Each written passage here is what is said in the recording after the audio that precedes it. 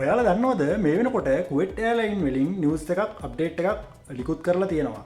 Officially එයාලා දැනුම් දීලා තියෙනවා මාර්තු 25න් පස්සේ කුවේට් එයාර්ලයින් වැඩ කරනවා කියලා. නමුත් ඩිරෙක්ට් කුවේට් නෙවෙයි. කුවේට් එයාර්ලයින් මේ වෙනකොට සඳහන් කරලා තියෙනවා සෞදි හරහා ඊජිප්තු වලට ෆ්ලයිට් වැඩ කරනවා කියලා.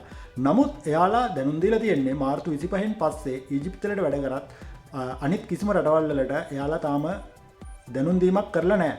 නමුත් මම විශ්වාස කරනවා නොහුබුරු දිනකින් ශ්‍රී ලංකාවටත් මෙයාලගේ කුවේට් එයාර්ලයින් වැඩ කරයි කියලා.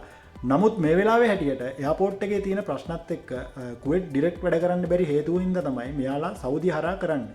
නමුත් ඒ කට්ටිය දැනුම් දීලා තියෙනවා පැය 8ක කාලයක් බස් එකකින් සෞදි එයාපෝට් එකට ගමන් කිරීමට සිදු වෙනවා කියලා. ඒ හින්දා එයාලා පැය 24කට කලින් මෙහෙන් පිට වෙන ලෙස යන මගීන්ට දැනුම් දීලා තියෙනවා. ඉතින් මම හිතනවා ශ්‍රී ලංකාවටත් ඉදිරියේදී ඒ කුවේට් එයාර්ලයින් හරහා යන්න පුළුවන් හැකියාවක් ලැබෙයි කියලා. ඉතින් ඔයාලා මගේ channel එකට අලුත් කෙනෙක් නම් subscribe කරලා alert එකේ ඉන්න. අනිවාර්යෙන් news එකක් ආපු ගමන් ලංකාවට යන්න පුළුවන්ද බැරිද කියලා මම වීඩියෝ එකක් කරලා මේ channel එකේ දානවා. ඉතින් අන්න ඒ හේතුවෙන්ද මගේ channel එක subscribe කරලා notification bell එකත් on දාලා තියාගන්න. වීඩියෝ එකක් දාපු ගමන් ඔයාලට news එක ළඟටම ගෙන්න ගන්න පුළුවන්. මේ වගේ අලුත් වීඩියෝ එකකින් හමු වෙමු. හැමෝටම ජය වේවා.